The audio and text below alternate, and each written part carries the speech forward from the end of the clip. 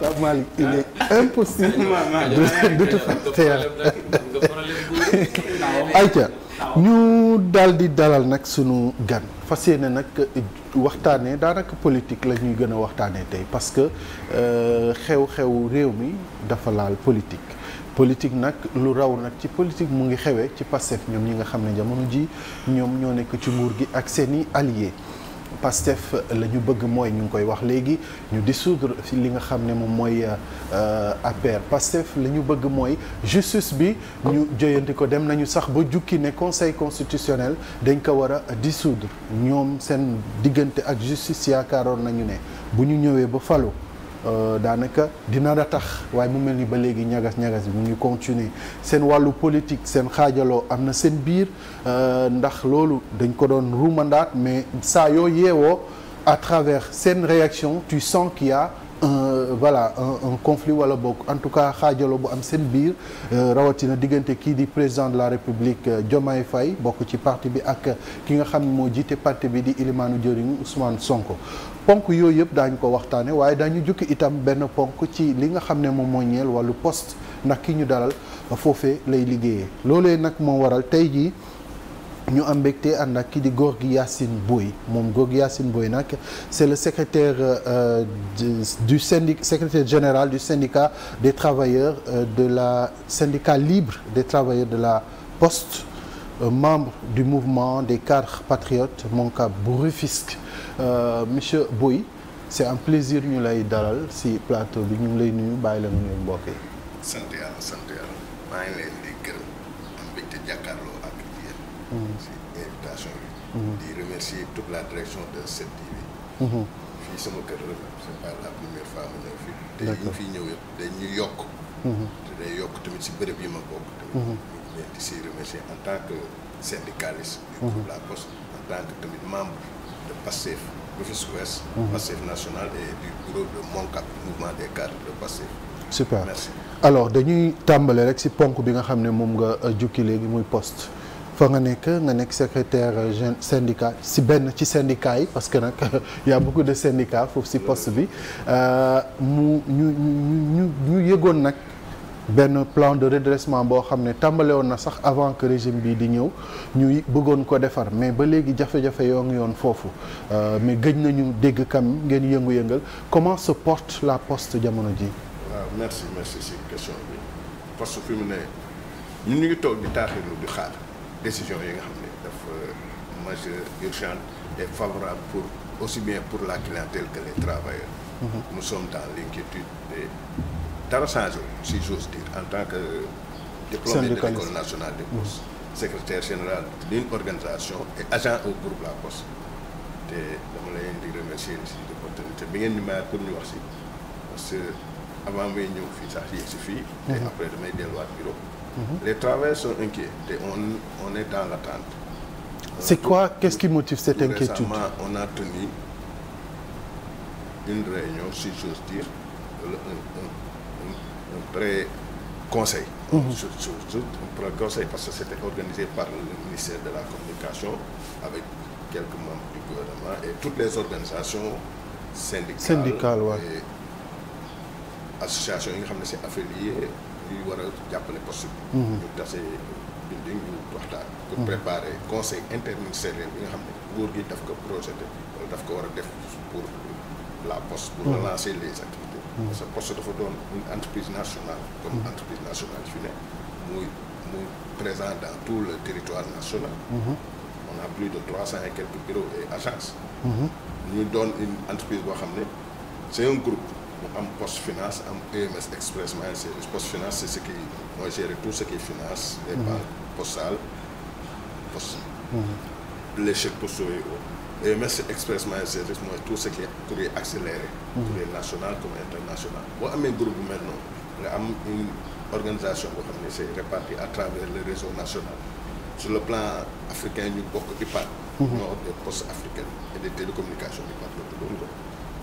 Sur le plan international ñu bokk UIT Union internationale des télécommunications et des postes kon organisation bu mel noonu partout dans le monde foo dem da nga fay fekk bureau de poste da ngay fekk fi lii suñu liggéey mooy jokkale nit ñi yóbbu courrier jot courrier indi courrier nag dafa yaatu doon na lettre doon na marchandise doon na paquet doon na colis boo amee bërëb bu mel noonu mu doon une entreprise nationale plus de 4000 et quelques au Sénégal de 4000 et quelques agents nañ c'est vrai que certains disent que dafa bari. pléthore kay c'est une pléthore de. waaw loolu dinañ si ñëw après. nga am partout au Sénégal foo dem di nga fa fekk bureau de poste loolu répartition boobu ñu am ni ñu mel si Sénégal rek dafa waroon c'est une force boo xam ne waruñu woon toll ci jamono yi nga xam ne day sooxe dañu waroon dépasser. mais amoon na ay négociations yu ñu doon ngeen baal ma amoon na ay négociations yu ñu doon wax par rapport ak cette pléthore là comment on fait pour réduire effectif bi te du am gaañu ak yooyu noonu ñii et tout ça vous êtes des syndicalistes da ngeen di défendre le droit des travailleurs fan la ñu toll ci situation parce que déggatuñu leen pratiquement. on est dans le temps parce que li ngay wax nii depuis plus de 2 ans ou 3 ans waxtaan nañ ci technique lépp li nga xam ne ni conditions yi mën a aar travail parce que ñun travailleurs dañ leen di défendre. loolu mooy suñu kii ñun en tant que organisation syndicale on défend les travailleurs on descend aussi bien les travailleurs mais l'outil de travail. mooy entreprise bi. ci ñu nekk. léegi liñ constaté ñun constaté nañ ko ñëpp constaté nañ ko que ne ak li ñu am ci travailleur loolu entreprise bi antalatu ko wala objectif yi ñu am tamit mënatuñ fa yegg. ak les travailleurs. loolu dafay am ci entreprise mais tamit dafay am noo xam ne noonu nga koy mën a tege. pour ba kenn du gaañu kenn du gaañu. c'est ça si vous avez une question ci loolu. wala intervention. coow yi ñu dégg poste ak recrutement dàq personnel lu mat ay 300 personnes ñu doon dégg ci poste est-ce que ñooñu ñu doon casse di génn ni ñu réintégré est-ce que ñooñu ñu réintégré nañ leen wala dañuy dàq bon dàq c'est trop dire seen contrat moo jeex ñu si bari léegi problème bi man si ñu leen doon défendre la waaw si ñu leen doon défendre la bokk parce que ñu si bari seen contrat dafa jeex mais contrat bu jeexee tamit dafa am nooy arrêté contrat lu code de travail wax. ak su noonu dañ koy renouveler ak ku arrêté tamit nan nga koy accompagner nan lay demee. parce que code de travail dafay protéger le travail. te tam doo ko arrêté pour jël keneen. pour jël keneen day protéger tamit l'employé. ki lay employé. yooyu yëpp ñu ngi si woon ñu ngi si mais malheureusement ñu si bari seen contrat dafa jeex si ils ont eu 2 contrats ñii benn ñii 3 contrats de 2 ans contrat bu jeexee.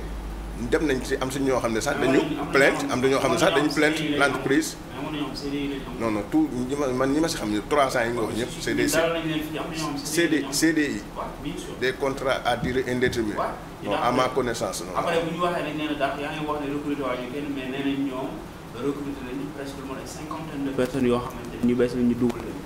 non à ma connaissance te dossier boobu liggéey naa si travailleurs yu bari ils sont plus de 300 et quelques. dugal fi mu ne poste mënul dugal. man travailleur la mais poste dugal ñun ñu fa nekk rek pour ñu jot li ñu yor. li ñu war bi ñu changé direction. bi ñu changé direction ba léegi actuel directeur bi fa nekk. waaw xaaral moom bi ñu changé direction. état bi jéem na redresser poste te jox leen ay quelques financements. état bi waaw bien sûr. pour le moment. waaw amul 2 milliards yoo xamante ne jox na décaissé jox na leen ko. moo tax moo souvent. c'est des informations yoo xam ne les peut-être ni ñu koy waxee wala ni ñu koy kii parce que l'État rémunération du service public dafa doon loo xam ne dafa war di ñëw chaque année ñun dañ ko doon xeex sax pour mu yokku. parce que mooy 2 milliards yi nga wax. waaw 2 milliards 6 la sax. waaw de 2 milliards 6 ça fait depuis 2000. waaw mais loolu kay pour redresser poste la. 2 milliards 6 annuel du dara si poste nous on avait budgétisé on avait étudié wala ñu xalaat que mu dem plus. parce que normalement rémunération sax bi ñu ko jàngatee ba jàngat avant régime avant.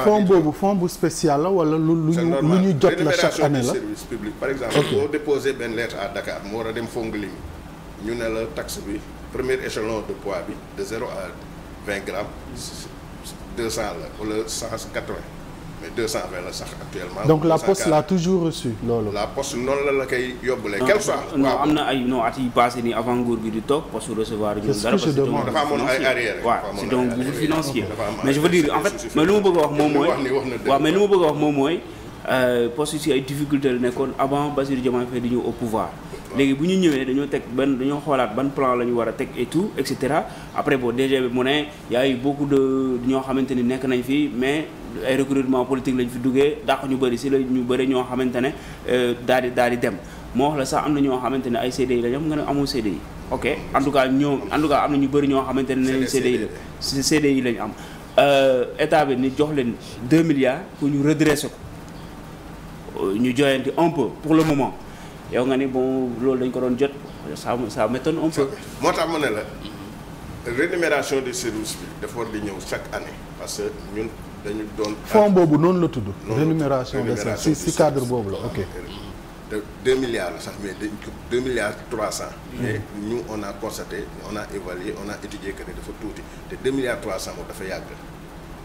2006 waroon nañ ko rehausser avec l'ancien régime on avait négocié pour ñu rehausser ko pour ñu dem ba 11 milliards. 11 milliards annuels la war a doon. parce que poste boo laan lettre booy déposé à 190 ou 220 pour benn échelon de poids. léegi romb na ko. jamono day kii nous sommes à l'ère de la modernisation de l'informatique ak yu bëri. et puis lépp dafa yokk ak y a la concurrence. voilà on a étudié que ne loolu rémunération du service public boobu mooy li nga xam ne étape da koy dugal par exemple je te donne un exemple par exemple boo jëlee transport en commun nga jël dem dikk ticket bi ngay fay foofu mu yóbbu la ba Rufisque à 300 ou moins de 300 manque à gagner bi muy amoon état bi moo ko war a combler. parce que service public la. waaw service public la quoi. loolu moo tax rémunération du service public l'état doit verser à la poste chaque année un montant boobu 2 milliards 3 la mais on l'a. man peut-être quand le premier ministre ba muy wax ci li nga xam mooy plan de redressement peut-être mun nañ ko jàpp ne peut-être c'est pour ces entreprises nationales yi nga xam ne ñu ngi fii ci réew mi il coûte cher à l'État. alors que li nga xam ne moom mooy retour bi nga xam ne moom la ñu war a am amuñu ko je pense que buñ koy dégg peut-être mën nañ ko penser sur cet angle man question bi ma koy laaj peut-être sànq bi nga naan bëgg nañ defar poste te kenn du gaañu mais poste problème bi yàgg na trop. est-ce que tey jii est-ce que mën nañu defaraat poste te du am ñu gaañu. commencé na sax ñu gaañu na ndax 300 yooyu. gaañu nañu vraiment parce que 300 yooyu gaañu. ban bi waxaa yow. ban daa wax ne dama gaañu. du bu ma ne dama gaañu. du ne parce que li ma bëggatoon li ma bëgg. en tant que employé en tant que travailleur li may jotatuma ko. en dehors du salaire. tous les avantages liés au salaire amatuñ ko. dara toppatu ci des années. je dirige une organisation syndicale. je suis diplômé de l'école nationale des postes xam naa poste. liggéey naan j'ai été receveur chef d'agence ba pare nekk centre de tri agent foofu chef top opérationnel foofu. kon moo la waxee ne poste xam naa ko. boole si yàlla dafa def sax mu juddoo école nationale des postes. sama waajur bu jigéen nekkoon poste sama waajur bu góor nekkoon ingénieur de télécom poste ak télécom dafa bokkoon. boo xoolee école nationale des postes bi ñu am entreprise nationale bu am école nationale muy former ses cadres waroo am problème. man fa lañ ma formé yàlla def na tamit après samay études. ministre des télécommunications et des postes ministère bi noonu la tuddoon avant. école des postes et des télécommunications la tuddoon mu ngi nekk Rufisque. en face lycée Ablaye Sadji. boo amee l'actuel directeur sax fa lañ ko formé. après si la dem à l'étranger pour def inspection. ak yooyu entreprise bu mel noonu boo ko amee wax dëgg yàlla bu ñu ko gën a jàppalee. warul sooxe. waaw daan naa ko warul sooxe. j'espère que yéen doo leen ci yokk génne ngeen 300 mais j'espère qu'on va pas se retrouver avec d'autres 300 recrues yu jógee à Pastef.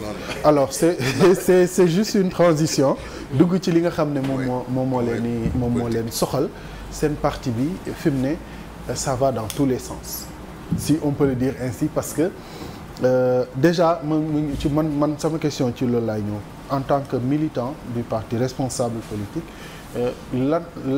lan mooy sa inspiration par rapport ak situation bi ñuy lire tey ngeen koy weddi te chaque jour seeni fait et geste di ko confirmer muy conflit bi am diggante Ousmane Sonko ak Bassirou Diomaye Faye ban clé la lay jox ban impression la lay jox. man en tant que membre. militant actif si organisation politique bi. je ne pense pas je ne sens pas un conflit bon gis-gisu nit ñi la. c'est des choses qui arrivent aussi. mais le parti fonctionne normalement. ok kon fa laa ne je suis à la base à Rufisque. on est dans les vacances agricoles patriotes. VAP. ñu ngi si yeneen activité on prépare ñu ngi déglu tamit leaders yi parce que organisation politique dafay am sur le plan day am base locale. ak nu ñuy organiser sur le plan local national. ak échelon la jusqu'en haut waaw. mais comme ni nga ko waxee nii dama la koy nangul tamit dama koy nangul observateur yu bari mais le parti bi normalement. mais à travers le discours. balaa ñu may jox ñi à travers le discours surtout bu Ousmane Sonko soutenir quelques jours après Bassirou Diomaye moom it moom mu génn def liyam. Pour ceux qui comprennent, ceux qui ont un peu une connaissance en communication xam nañu ni il y a un problème entre les deux personnes léegi problème boobu au sein de PASTEF nan ngeen koy dundee parce que nga nangu ko ak nga ñokk ko nangu c'est quelque chose qui crève les yeux quand il dit quand Ousmane Sonko dit par exemple su doon moom la du bàyyi mu jàll niñ may attaqué moom buñ ko attaqué day joxe ndigal ñu lijjanti ko mais man suñ ma attaqué day bàyyi mu jàll na lijjanti dëkk bi su ko mënul mu bàyyi ma lijjanti ko à un moment donné mu ne dëkk bi problème kilifa la am xam nga quelque chose du genre crise d'autorité moom la am donc c'est des propos yoo xam ne c'est directement lié à Bassirou Diomaye Faye te loolu même ngeen weddi ko les faits sont là. du ne damay weddi wala damay jéem a rafetal mais diggante président ak premier ministre ñoom ñaar ni ma leen gisee ni ma leen xamee ni ma liggéey ak ñoom waxuma ne conflit ma noonu am parce que conflit sax day am si diggante bu gën a jigéen yooyu waaw day am yu gën a jigéen mais c'est des complices te ñu ngi liggéey xamante nañ bu baax le pouvoir rend fou de quel que soit pouvoir mu mel. mais comme ni nga ko waxee ni président toog na ne 16 bi ma toog ni kii laa ko yéene te kii moo fiy toog.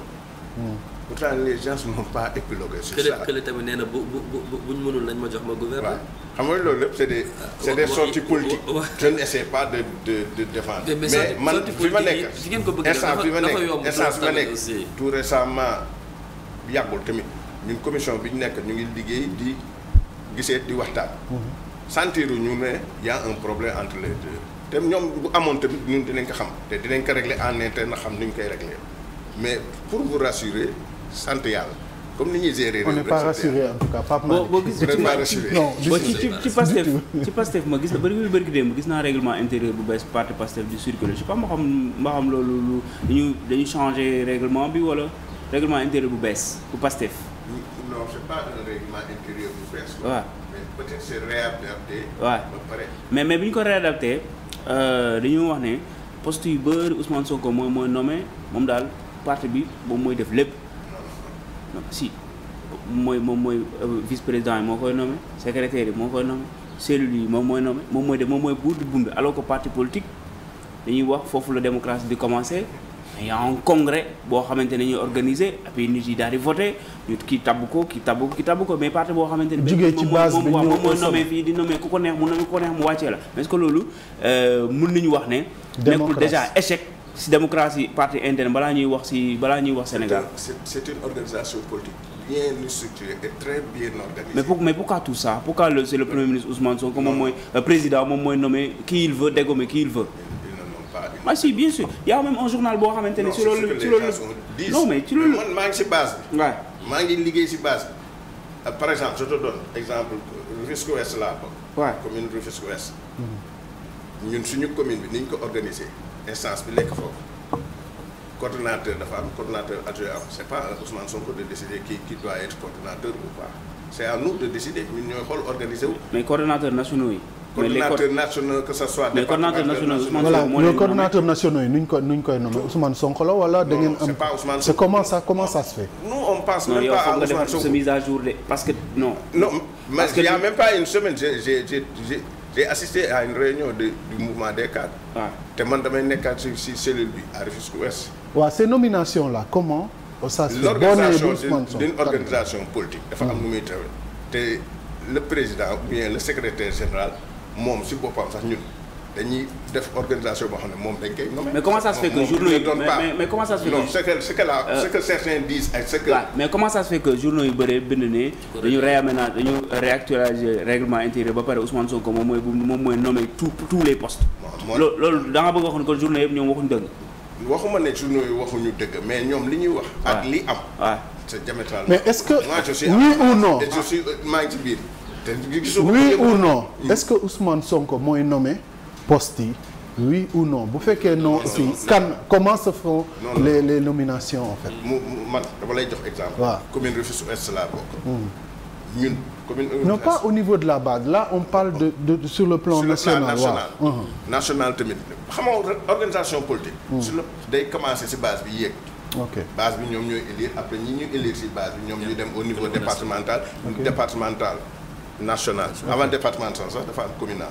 yooyu yëpp dafa am c'est une organisation bien structurée bien faite. te par instance bi ma ne. moi je suis tellement critique je suis syndicaliste. c'est pas du ma ñëw nii rek kenn Ousmane Sonko ou bien un Bassirou Diomaye. mais xam nga loolu c'est au niveau de la base Pape Malick li muy wax loolu. au niveau de la base mën ngeen am information non mais ça m'a étonné ça non attends ça m'a étonné sax que yow nga nekk militant membre Pastef te xamoon ni sax règlement intérieur defaraat na ko juillet 2025 ngañ Demba Touré démb il y a même pas il y a 14 heures ci le publier règlement intérieur bu bees bi mu ngi nii lu ma lay wax nii. c'est pas non il y a beaucoup de journaux yoo xamante ne wax nañ ci ce matin mu ngi nii règlement intérieur bu bees mu ngi nii juillet 2025 dañ ko réactualiser jox poste yëpp Ousmane Sonko moom mooy nommé kii.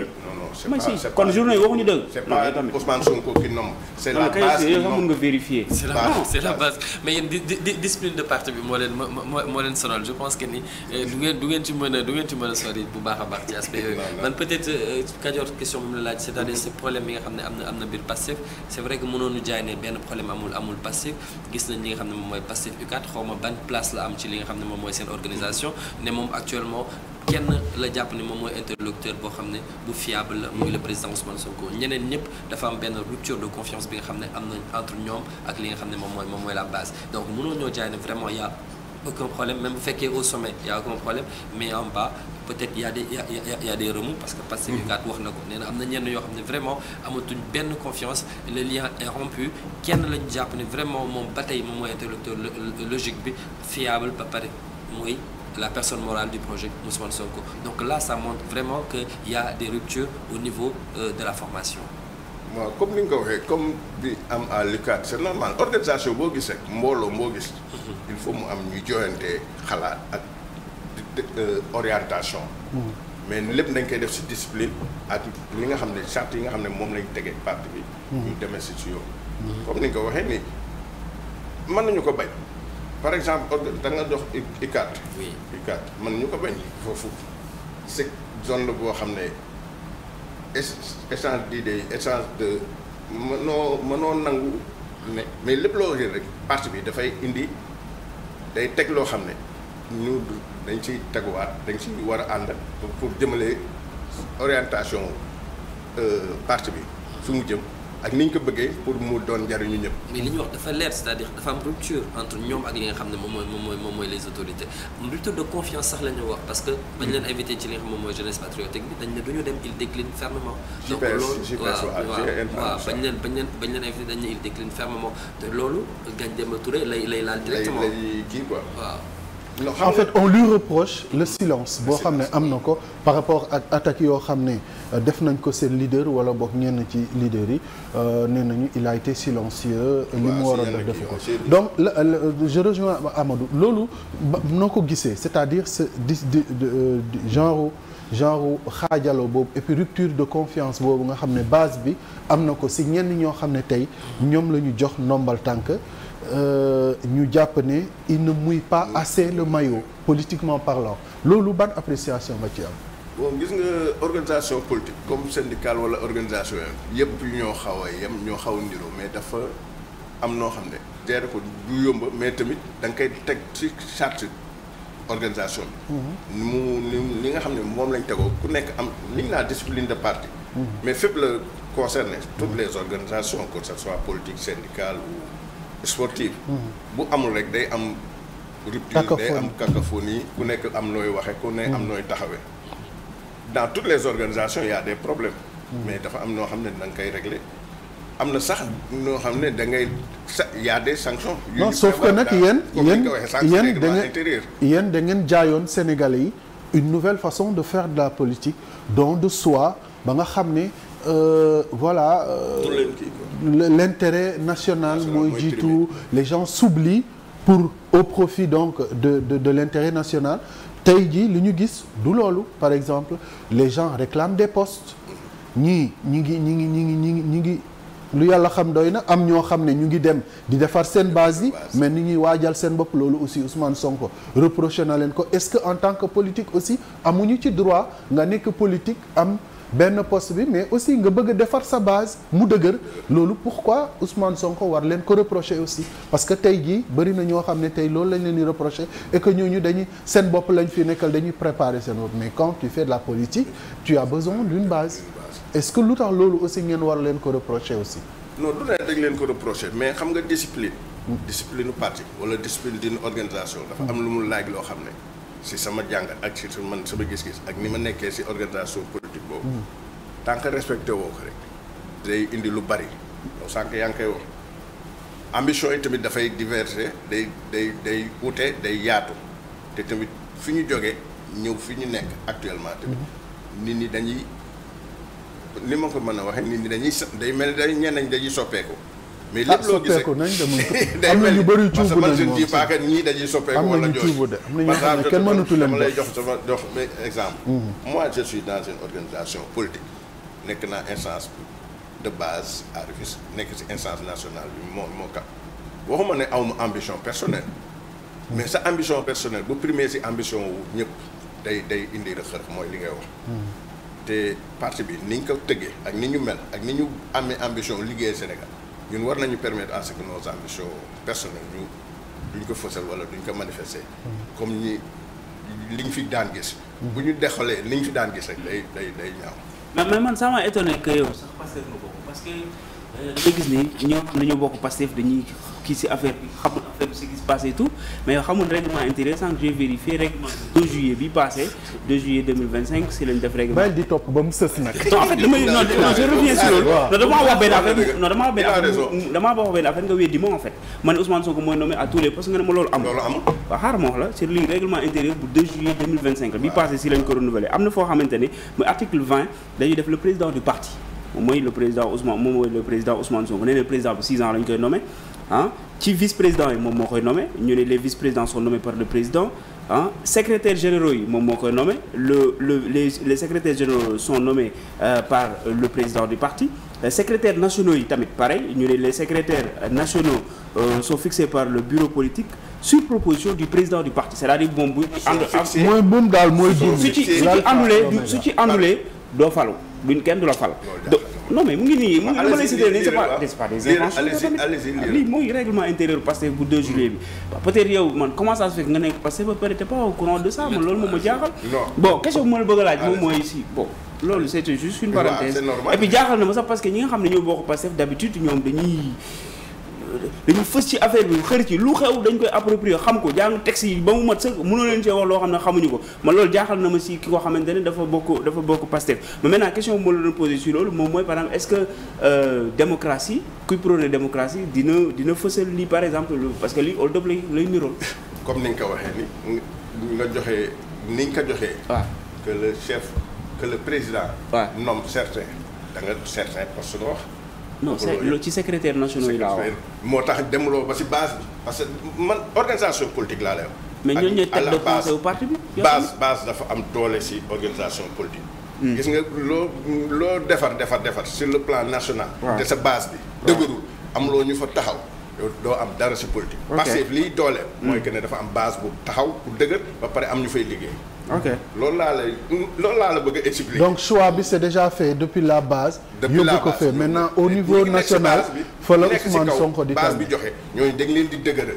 par exemple je te donne l'exemple de la coordination Rufisque-Ouest ñi fa nekk Rufisque-Ouest ñooñu coordinateur adjoint ak yeneen postes yi nga xam ne ci organisation politique bi lañu ñooñu depuis ni ñu leen nommé te seen kii jeexagul tamit tant que base bi dindiwu leen teg yeneen coordonnateur ñooñu ñuy représenté sur le plan départemental communal ak national bu ñu demee national tamit y a une organisation boo xam ne on va nommer le coordonnateur national ak yeneen poste ci organisation politique loolu laa xam man nag. mais cela n'enlève en rien le manque de démocratie bi nga xam ne moom la Pape Malick parce que bu fekkee base bi sax yebal ngeen organisation n'est pas voilà parfaite. donc il faut accepter ça ñu jàll ci leneen parce que quand même bu ñu ñëwee bien ordonné commence par soi quoi. voilà sooy prôné dara da nga war a commencer. c'est ce que je voulais dire donc démocratie ngeen wax démocratie interne surtout mënuñu dem à un moment donné ñu génnee règlement intérieur boo xam ne Ousmane Sonko mooy nommé. Ça c'est un problème Amadou. moi je trouve pas de problème à ça seen parti politique la ñoom ñooy xool nu leen neex. mais politique non ñoom ñooy xool lu leen neex ñoom ñooy xool lu leen neex parti politique organiser seen parti ñoom ñooy xool lu leen neex ñu organiser parce que waaw mais yow la am nga ci xalaat c'est une organisation man sama xalaat mooy c'est une organisation qui est c'est un parti politique mais booy xool am na ñoo xam ne ñoo ko moom ñoom ñooy xool lu leen neex ñu organiser parce que dans tous les cas après dafa am benn aspect privé boo xam ne daf siy dugg c'est-à-dire même fii bu fekkee ne ñoom il aspire ci li nga xam ne moom mooy sur le plan public yor li nga xam ne moom mooy. mais mën naa wax benn affaire ci li nga wax balaa nga continuer. mën naa bàyyi ko ba mu yegg non s'il te plaît en fait. politique xaaral ma wax la waaw rapidement rek benn parenthèse rek laa tijji. gis nga xam nga politique xam nga parti politique association privée la. association privée la moom mooy singularité bi moom mooy yow da ngay dem pour concourir pour représenter les Sénégalais. exemple loo mënti def. loo mënti def si yow la war a njëkk a commencer exemple nga appliquer ko moom mooy par exemple déjà mu am une démocratie interne mais bu fekkee benn nit rek moom mooy décider lu mënti xew si parti bi loolu quand même c'est très grave. yow loolu mooy sa xalaat. non mais loolu moo da nga war a xam ne parti politique du état. que ça soit yow très da ngay confondre les choses. parti politique du état parce que là état dafa am nu muy doxee. parti politique si àdduna bi yëpp noonu la ñu fay yu responsable noonu la ñuy doxee. yéen a ngi koy yombalal kii bi parce que invité bi tey moom moo war a défendre boppam mais yéen malheureusement yéen a ngi koy bàyyi leen ko moom mu mouiller le maillot parce que c'est à lui de défendre ce manque de démocratie boo xam ne moom la ñuy wax. manque de démocratie peut-être ñu ñëw peut-être ci aspect li nga xam ne moom mooy seen rapport ak li nga xam ne moom mooy la justice man li may laajte peut-être mën nga ma cee tontu parce que ñun ñu ngi naan Pastef des fois mënuñu des fois tourné lañ des fois lii ak dañoo télé mais est-ce que man xaw naa ko gis ci li nga xam ne moom mooy les deux lois yi nga xam ne moom ngeen dugal au niveau de l'Assemblée nationale conseil constitutionnel dàq ñaari lois yooyu noonu yëpp xanaa Pastef amul ay juristes yoo xam ne avec tout ce que vous avez comme professionnel du droit avec tous les professionnels du droit yi nga xam ne am ngeen ko cadre yi nga xam ne moom ngeen waxoon 4000 cadres yoo xam ne ñoom ñoo waroon dérouler li nga xam ne moom mooy le projet bu ngeen defee loi te loi je pense que c'est terre à terre bu fekkee mënoo leen defar loi ba mu baax ba mu conforme à la constitution est-ce que yéen mën ngeen defar réew mi tamit nañ waxante dëgg. waaw li nga wax dañ ciy jàng lu bari parce que wane na que ne réew mi du ne parti ñoo nekk au pouvoir ak suñu coalition. lu ñu bëgg rek ministère yëpp wala pàcc yëpp dañ ciy ànd wala dañ ciy joxe. par exemple sax nga ne conseil constitutionnel rejeté na ñaari projet de loi yu ñu bind wala yooyu. te ni mu ko rejeté tamit comme bu mujj bi du ne lépp la delloo. oui. bu la delloo daf lay jox loo xam ne mën nga ko rectifier waat xoolaat ka dugalaat ko loolu la te tamit dañ ciy rafetlu dañ koy rafetlu tamit loo gisee àdduna rek jàngat la parce que conseil constitutionnel dañ ko teg pour nga xam ne ñun bu ñu matal mu matal ko. Sénégalais yi jàng si yow nga jàng si man ma jàng si. keneen jàng si. yéen a ngi wax ci réforme yéen a ngi wax également ci réforme conseil constitutionnel bi mais xanaa bu ngeen di wax ci réforme conseil constitutionnel da ngeen di fàtte ne conseil constitutionnel bii moo fi nekkoon ba président Macky Sall bëggee woon def li nga xam ne moom mooy abus bi te ba tey mi ngi appliqué li nga xam ne moom mooy la loi. conseil constitutionnel li ma ko gisee. mu ngi def liggéey bu mucc ayib mu ngi def liggéey bi mu mën à l'intérêt des Sénégalais. mais waa Pastef waxuñu loolu yow li da nga ne ñenn waa Pastef parce que Pastef organisation bu mag la c'est pas la direction du parti moo ne waxul loolu certains ñu peut-être ñu génn wala man ma ñëw am invitation fenn benn organe ma joxe sama idée wax na ko clairement keneen jox ko mais man li ma gis conseil constitutionnel mu ngi def liggéeyam te tamit dañ koy nangul parce que yow en tant que organisation politique en tant que sénégalais nga joxe sa xalaat ñu delloo la ne la xoolaat ko defaraat ko loolu dañ ciy sant parce que looloo tax ñu teg conseil constitutionnel looloo tax ñu jëmmal leen looloo tax ñu nangul leen tamit seen xarit mi ngi liggéey liggéeyam lu tax ngeen bëgg ko changer. non dara matul dans la vie kon moo c'est pas le parti qui a décidé ça am na certains yu ñu nekk si parti bi yu décidé wala yu bëgg ñu changer bu ñu ko waree changer tamit dafa am lu ñu koy changer conseil constitutionnel doo yeewu rek changer ko dafa am lu ñu koy changer dafa am charte yu ñu koy changer dafa am lu ñu koy changer.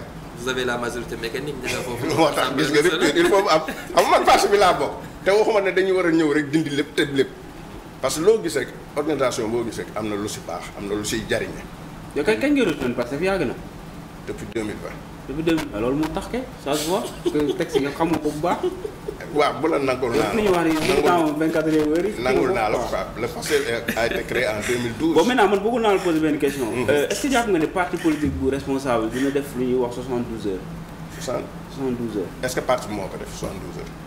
ah ñeen ñoo ko def. ah voilà moo tax. mais dama lay laaj quoi question. moo tax est-ce que par exemple est-ce que parti bi moo décidé ne dañuy def. 72 heures waaw mais ma delloo la. est-ce que dañu ko bind ci règlement yi. waaw loolu. mais ñan ñoo koy def. ñi koy def fu ñu bokk yow xam nga Sénégalais nga. mais ñi koy def bokkuñu Pastef. da nga apprécier. waaw mais nag yow léegi nan nga ko globalement comme que bëgg la tontu. 72 heures de quoi. xamoo 72 heures. de quoi ku wax lu mu war a la wax Ousmane Sonko ñu. non c'est-à-dire xaaral ka jox c'est-à-dire. koo xamante ne peut-être da ngaa critiquer Ousmane Sonko. wala critiquer bon état bi ni ñuy doxee actuellement ñu jël pendant 3 jours. nit ki yow ku ko def bon ma joxe exemple bu gën a bu dernier bi moom mooy par exemple Pape Ngagne Ndiaye ne Ousmane Sonko woowaat ko ci ay principe affaire yooyu noonu léegi ñoom ñu sulul ko ay affaire naan ko sa papa moo def lii sa yaay moom moo def lii yow lii mooy sa jaar-jaar et cetera est-ce que jàpp nga ni loolu attitude bu responsable la. jugee ci ay militants politiques c'est pas le parti qui a décidé des 72 heures. waaw ñan ñoo ko def nekkul ay militants. ay militants Pastef si c'est des militants man je ne maîtrise pas tous les militants ak ku nekk tey sa. mais nekkul ay militants Pastef ñoo def loolu. je dama ne la si c'est des militants. je ne maîtrise pas man si. non mais man nag xam nga lu ma bëgg par exemple ñi nga xam dañuy politique wala yow sa organisation politique wala sa commune def ngeen 72 heures. si Pape Ngagne Ndiaye. mais ñi nga xamante ne dañuy politique. mais je ne suis pas. man xam nga lu ma bëgg ñi nga xam le Sénégalais lambda peut faire. d'accord mais ñi nga xamante ne dañuy politique. bu demee ba les ténors du parti ku mel ni Birame Souleye Diop def sorti ni ku leen saaga leen ko mais dafa mel ni légitimé nañ ko pour rejoindre li Pape Malick. non mais man waxuma sax Birame Souleye Diop mais je veux dire que bu fekkee ne man mënuma comprendre koo xam ne yow Pastef nga bokk. bon même su fekkee sax à la dernière minute nga ñëw léegi ñuy def benn affaire yow ñu laaj la nga ne yow loolu xamoo si dara. non c'est pas au nom de Pastef il faut rétablir ça Pape Malick. maa ngi ci instance. waaw et les instances te discipline bi ma am instance lu mu décidé. léegi ban commentaire ngay def si 72 heures yi. voilà xam nga yaa ngi soog a wax. commentaire en tant que sénégalais. en tant que observateur. en tant que militant Pastef laa wax yow. non en tant que sénégalais. en tant que militant Pastef 72 heures yi. d'accord nga ci. d'accord ma ci. ku leen saaga leen ko nag d'accord ma si. mais pourquoi mais am naa man nu may dénoncé woo ko am naa nu may agir. mais lu tax dénoncé woo ko. peut-être tu n'as pas suivi. dénoncé nga ko ci biir parti Pastef. mais parti bi décidé wu ko. non mais ay militants Pastef ñoo def loolu yow tamit. non xamoo tamit x du génne lu ko neex wala wax lu ko neex parce que man. ni may réagir ak ni may yëngatu ni may réfléchir. c'est en fonction des instances du parti organisation politique bi ma ne wala organisation syndicale. que yow libre quoi. je suis trop libre moo tax may def attitude boobu. je ne suis pas tellement. non ku libre kay du doxal yow. ça veut dire que yow kon noonu nga gisee liberté. non mais bu fekkee ne yow dañ lay guider non bu fekkee ne yow dañ lay guider ci sa gis-gis. par exemple du guider bah si par yow da ngay déglu nit yi pour mun réagir. non yow da nga ne. 72 heures am na. waaw man je ne réponds pas à tout ce que tout ce qui apparaît sur les réseaux ou bien sur la presse. waaw léegi kii posé na la benn question léegi réaction Birame Souleye bi yow nan nga ko apprécier est-ce que c'est une bonne chose c'est est-ce qu'un ministre doit dire ça. man en tant que responsable en tant que membre du Pastef. waaw patriote c'est le Rufisque Ouest ak du Moncap ak professionnel yi ma am Birame Souleye dafay génn joxe appréciation. man du ma jël rek appréciation Birame Souleye mu doon une actualité journalière man actualité nationale actualité sénégalais yi laay téye mu doon loo xam ne une préoccupation moom li mu wax noonu jëluma ko loolu ça fait rien quoi. non yëngaluma sax. ok voilà Pape Malick yéen a ngi asay non la dafa kontaan si moom ni mu def nii dafa baax. il faut que mu leer aussi les 72 heures là. C'est pas fait au nom d'un parti politique. Voilà, c'est des militants yoo xam ne ñu ngi ci réseaux sociaux yi di wax waaw loolu yow on te le concède tu es libre de le dire maintenant. bokkuñu Pastef yow tamit. je ne peux pas que man moo ko qualifié. en tout cas bu ñu ci bokkul c'est des soutiens moom c'est des soutiens. ay militants lañ yow tamit. waaw ay militants mën na doon ay waaw léegi léegi ñu aborder beneen point. ñu aborder beneen point sur Ousmane Sonko doon waa passé lañ bokk. loolu laa lay tontu bu fekkoon ay saaga la wala leneen. loo xam ne baaxul rafetul ci Ousmane Sonko doon ne passé lañ bokk. non j'ai pas compris. bu doon ay saaga la yoo xam ne loolu rafetul ci Ousmane Sonko doo wax ne Pastef la ñu bokk. non dama ne man xam nga non attends man dama ne y a un fait boo xamante ni c'est un fait nouveau dans l'espace politique moom mooy par exemple on prend 3 jours di insulter nit parce que dafa wax dara Ousmane Sonko loolu la. moo tax ma tontu la ne la c'est pas l'instance wala une décision du parti foofu rek laa si mën tontu. alors ni ki démb ok d'accord ni ki démb on a reçu l'information comme quoi que d'ailleurs traité nañ ko ci médias yi que ne le ministre de la justice daan nay saisir li nga xam ne procureur pour que ñii nga xam ne ñoom ñooy les au moins 80 morts yoo xam ne am nañ ko ci diggante 2021 ak 2024 ñu def la lumière sur ça. dem nañu sax ba tudd crime contre l'humanité ñu bëri nag jàpp ne ça c'est visé en tout cas c'est Macky Sall mooy cible bi mu mel ni rek c'est une réponse ak li nga xam ne moom la waa Pastef yu bëri doon xaar boobu ba léegi ñuy teg pression bay teg pression ministre de la justice pour loolu ban appréciation nga am ci démarche boobu. bon da koy rafetlu xam nga le temps de la justice dafa uteex temps wu nit ñi te fi mu génne tamit lu baax la man miy wax ak yow man victime la man miy wax ak yow bon peut-être saa yi mën na wax ne yàgguma Pastef mais ndem si yàlla si François Mancabou on a passé des heures en cellule. dama siy wax noonu rek pour kii te dañuy rafetlu parce que justice il faut mu am xam nga ñu nañ dégg naan justice vérité ak réconciliation yooyu yëpp am nañ fu ñu koy waxee nu ñu koy waxee lépp loo gis rek parce que y a plus de 2000 et quelques yu ñu jàppoon 80 morts la ñu wax. mais est-ce que ëpp ko am na ñu koy wax naa ëpp nag si 80 morts yi am na dootu ñoo xam ne bokkuñu sax si organisation politique bi c'est des Sénégalais te 80 morts dafa bari il faut que justice soit faite te comme am nañ yaakaar que ne justice àdduna si ministre de la justice wax na si léegi lépp ñi nga xam ne ñoo war a doxal lool liggéey ko ba parce que ku génn àdduna kenn mënu ko. yow dañuy def loo xam ne day defal famille bi rek mais li si war a am yëpp dañuy ñaan yoon teg si yoon. mu tegu si yoon ba pare ñu tegal ko si yoon ba pare mu doon soulagement de tous les victimes. est-ce que bu ñu ko defee yéen di ngeen ci est-ce que yéen di ngeen ci génn parce que on parle que c'est 80 mois c'est une responsabilité qui est partagée ñëpp ñu nekkoon ci espace politique bi peut-être am nañ ci une petite responsabilité est-ce que jàpp ngeen ne la justice va être impartiale ci li nga xam ne moom mooy liggéey bi mu dara def. non xam nga quand on dit justice rek dañ koy teg loo xam ne pour ñëpp lay doon bu justice amee jaar ci yoon les comme ni nga ko waxee ñi nga xam ne sont fautifs ils seront sanctionnés wala ça dépend justice ni mu koy tege ndëg comme ni nga waxee nga ne ndax ñun am ñu c'est pas de responsable loolu yëpp justice moo koy xool moo koy déterminer moom moo koy prouver. est-ce que jàpp nga ne même bu fekkee prouver maa ngi woon si terrain maa ngi woon si yenn instance yi te am na yu ma si vivre sànq maa ngi la koy wax feu François Mancabou on a passé 4 jours en cellule. après bi ma génnee seen li ko dal ko wala li mu fi mujjee après accompagné naa ko à ça si des demeures yooyu yëpp dañuy doo xam ne lu ñu dund la mais tamit xamee ngay xalaat ay mbokkam ay am di jàmbam. non kenn bañul loolu mais li loolu moo tax ma ne xamee ngay xalaat. moo tax man question bi may laaj mooy est-ce que après du am kumba am ndey ak kumba amul ndey parce que. xam nga Sénégal moo tax bu justice tegoo si yoon rek kumba am ndey ak kumba amul ndey warul si am. dañ koy teg si yoon mais il y a toujours la pression de l'exécutif qui est là également. loolu nga xalaat dama la koy nangu. alors yéen a ngi soulever point boobu au moment où yéen ñi ci seen bopp surtout waa Pastef yéen da ngeen jàpp ne justice bi daf leen contre j'ai entendu beaucoup de propos yoo xam ne dañu ne tout ce qui concerne Ousmane Sonko justice bi dafay contre Ousmane Sonko itam wax na ko fii et c'est cette même justice là qui va gérer ce dossier là est-ce que yaakaar ngeen ni di ngeen ci mën a am dara même bu fekkee c'est une demande nationale parce que y en a des personnes qui sont décédées yoo xam ne elles n'ont rien à voir avec la politique.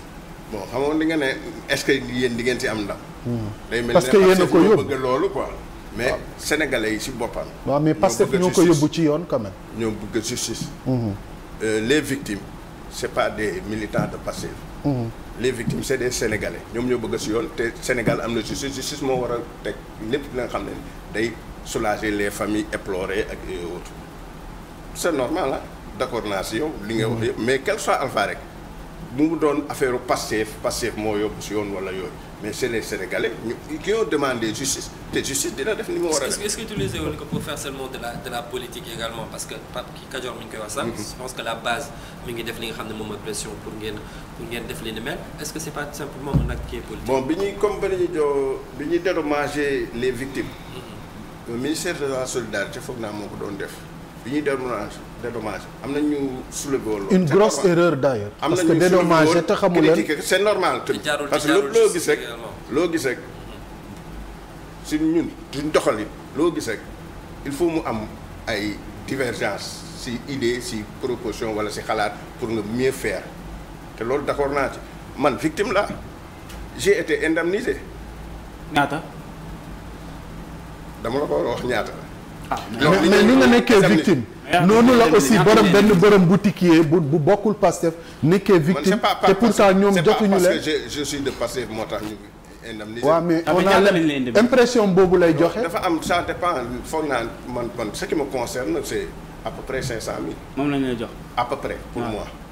ma xam yeneen victimes ils ont géré ce dossier là te dossier boobu dina leen topp si pas mal. dossier boobu dina leen topp parce que dama jàpp ne muy man ak sénégalais yu bëri ñoo ci bokk yem. balaa ngay indemniser da ngay def justice ba pare ba ñu xam kan mooy victime ak ku dul victime. mënuloo xëy di jël dans un coin di dajale ay liste di joxe xaalis boo xam ne bon quand je parle de quand je dis dans un coin ce sont les gens de mais justement c'est le ministère qui a géré ça te y a un dossier boo xam ne da nga ko war a déposer au ministère et au ministère c'est des Sénégalais yoo fa ne c'est pas le quand je dis dans un coin xam nga ministère nga wax mais liste bu jugee je suis victime et j'ai reçu une indemnisation xam nga mënoon naa ko bañ a wax mais dama ko jot naa ko xam naa li ma déposé xam naa li tax ma am ko je suis sénégalais. li ngay wax du dañ mais li nga nekk parce que est-ce que li ma nekk militant passé fa tax ñu arrêté woon ma. ana kan moo. peut-être c'est possible. waaw léegi man dama liggéey ba wàcc di ñibbi ah. waaw booy. am na ñu ne yeneen loolu moo tax ma ne. François Mancabou seen loolu il faut dinañ ci dellu si on va pas c'est pas un militant de passé. du ñu yàgg ci loolu tu essaies de contourner le débat mais débat bi dina leen fi fekk parce que c'est un sujet boo xam ne vous l'avez très mal géré mënu leen ñëw jël de l'argent du contribuable parce que contribuable la du xaalis su Pastef moom ngeen indemniser noonu c'est de l'argent du contribuable nous sommes des contribuables waaw moi je suis de Pastef comme toutes les autres victimes waaw dama lay jox feu donc tout ce qui doit être je te donne l'exemple de feu François Mancabou est-ce qu'il était du Pastef non fi nga yóbbu débat bi du loolu de fi nga yóbbu du loolu de li ma lay wax xam nga ko dama ne doit être indemnisé voilà léegi si sa famille a été indemnisée voilà xam nga loolu yow jot nga te wóoru la xam nga c'est pas amuñu benn indemnisation mooy que ne ni ñu jaaralee indemnisation man bi ma koy jot sama xalaat bu gàtt ak sama li ma jàng jaar na yoon waaw parce que jot nga yow kay dindi nga wax ne jaar nga pas mal sama kër rek jot ko bàyyi ñu ñëw si sama kër jot ko xam naa ne bëggul ba ma yeggale li may wax damay jàll ci point boobu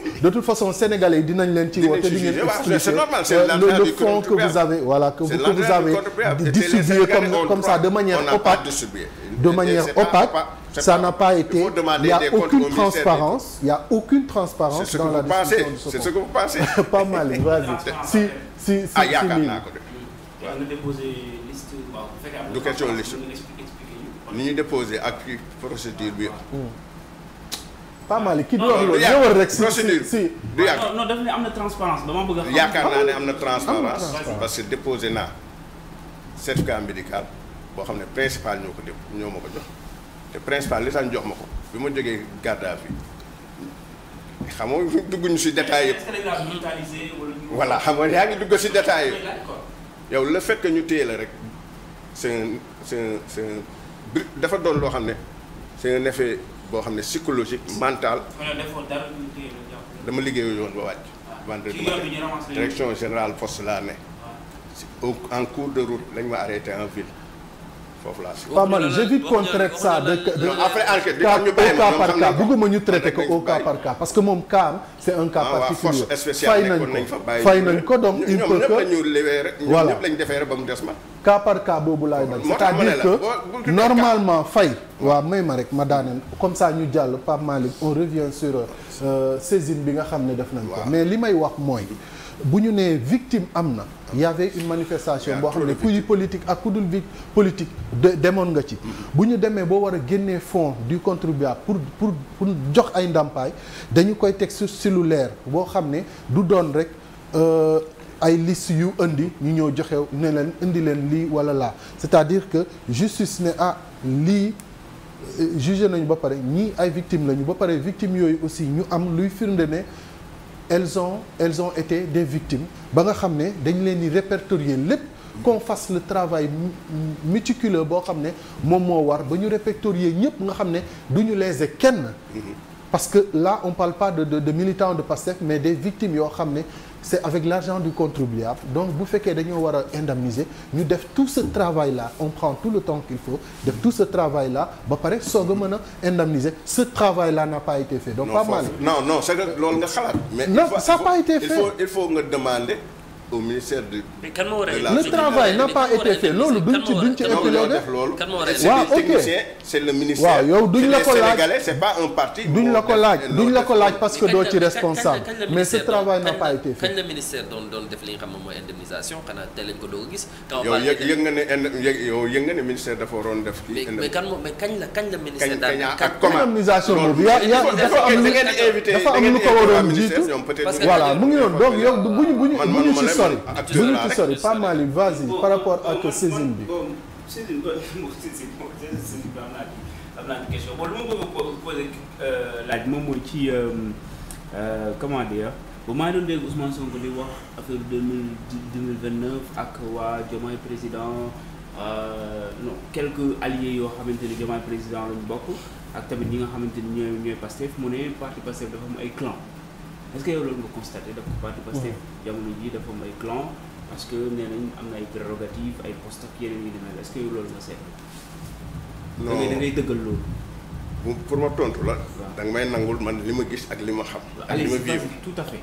xam nga tamit mën naa la tontu nga ne peut-être. non man ngay wax dara. li ma gis ak fi may actif. à Rufisque Ouest ak mouvement des cadres y a pas de clan. mais nag une organisation dama lay jox rek exemple une organisation politique syndicale ou autre pour nga dindi fa clan wala nga wàññi ko fa mënul ñàkk day métti te clan yi sax day tax yow bu amee parfois si dama gisee man parce que damay diriger une organisation syndicale li nga wax nii xam naa ko bu baax day tax sax yow nga parfaire sa organisation ak nan nga ko war a mën def ñëpp tegu si charte yi ak texte yi li mu wax. d'accord compagnonnage ak waa Diomaye président nan nga ko gisee ak Pastef compagnonnage Diomaye président boobu depuis président. mooy les soutiens quoi les soutiens de. non ni ma gisee c'est normal est-ce que durée de vie bi nga bëgg a wax ne. non c'est-à-dire par exemple si ñoom am na ñoo xam ne gis nañ ni dernièrement ñu gën di attaquer Ousmane Sonko par exemple. c'est normal. c'est normal ñu attaquer Ousmane Sonko. c'est des organisations bu ñu gisul lu ñu doxalin boo xam ne arrangé wu leen wala méngoowu laax li ñu teg li tax kii boobu am coalition boobu am ils ont raison et ils doivent. joxeel seen xalaat. dama leen koy mais pourquoi waa Pastef nanguwuñu ay ñoo xamante ne dañuy wax seen xalaat. ki leen diverse. waaw ñu attaqué. fay ñu critiqué Ousmane Sonko waa Diomaye président suñ ko defee nga nangul leen ko. xam nga da nga ne pourquoi waa Pastef wala organisation bi. waaw waa Pastef par exemple par exemple ñi nga xamante ne ñi jox wax seen xalaat ku soo nekk ay journaliste wala ay chroniqueur dañuy critiqué Ousmane Sonko. dañ ko war a critiquer. dañ koy critiquer ñooñu pourquoi suñ ko critiquer. ñu defal leen ay 72 heures wala ñu attaqué leen waa Diomaye président suñu critiqué Ousmane Sonko dara du leen ci fekk. man damay critiqué Ousmane Sonko. da ngay wax bu ñu fi toogee wala critiqué woo. man dama koy critiqué loolu laal. damay koy critiqué.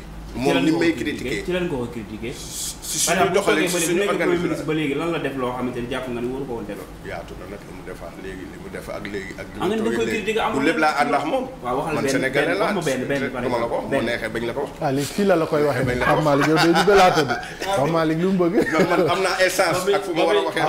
ba muy wax la société civile ba muy traité la société civile ci non boobu noonu mu leen wax est-ce que vous êtes d'accord avec lui. est-ce que loolu. est-ce que j'ai été invité pour faire le procès de Ousmane Sonko mais vous n'êtes pas invité pour ça, mais vous êtes de Pastef. Je suis de Pastef. Mais par exemple man je suis de Pastef, je suis actif et je suis membre. Bon dama leen koy nangul. Vous êtes libre de ngeen di épiloguer si Ousmane Sonko.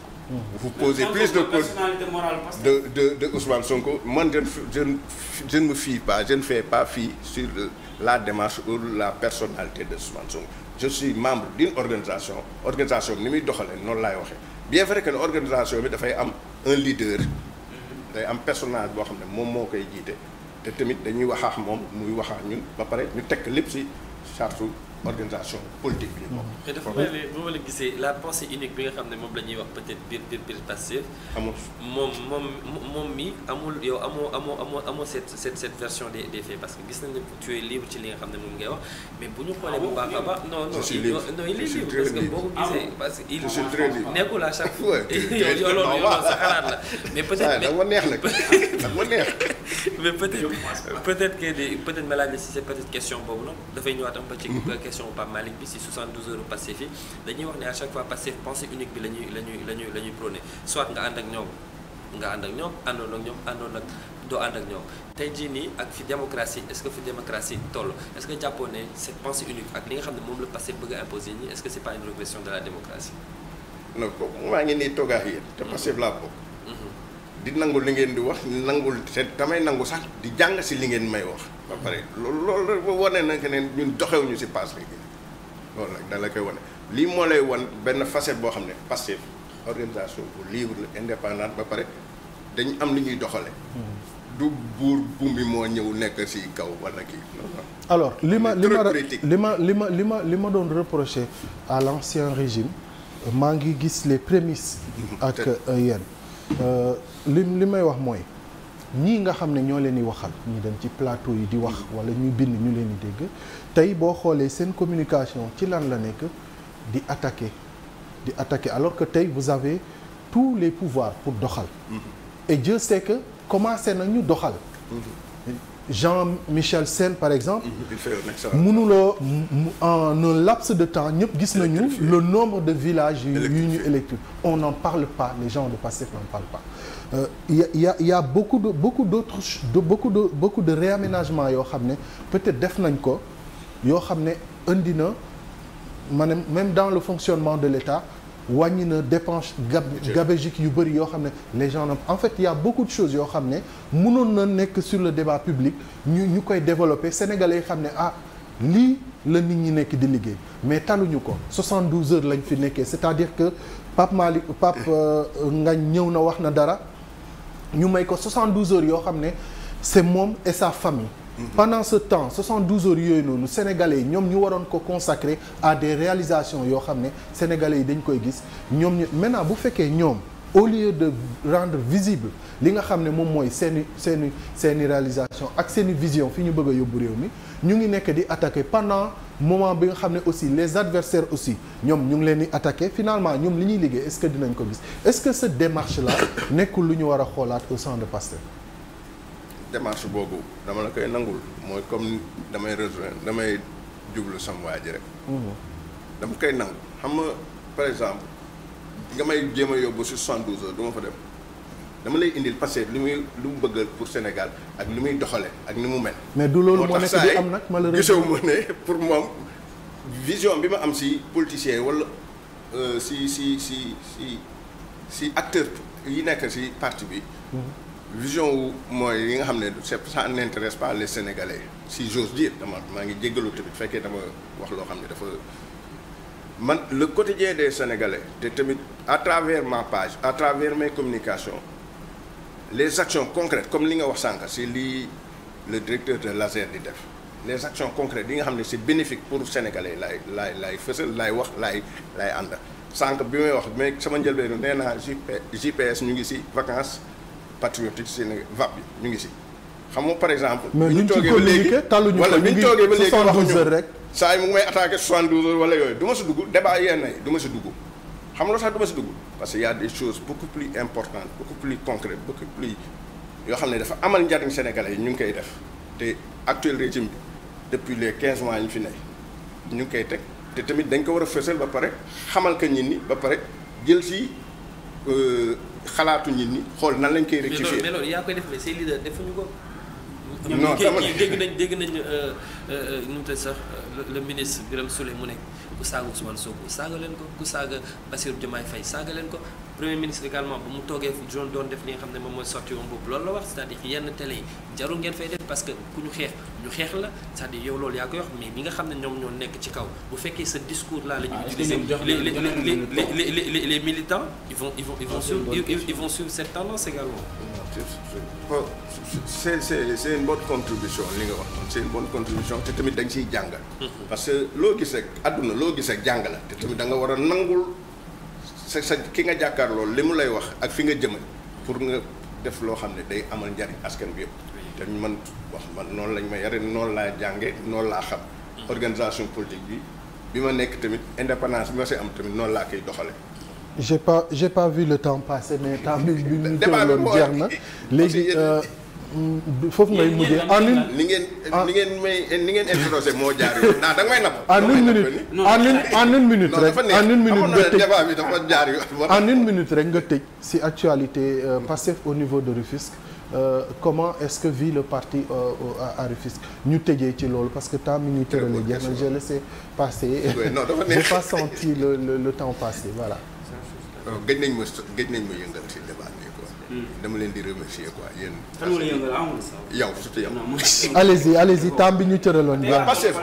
Pastef Rufisque macha allah ñu ngi doxalee ni nga xam ne noonu lañ tënkoo. Rufisque Ouest laa ne. département ak communal.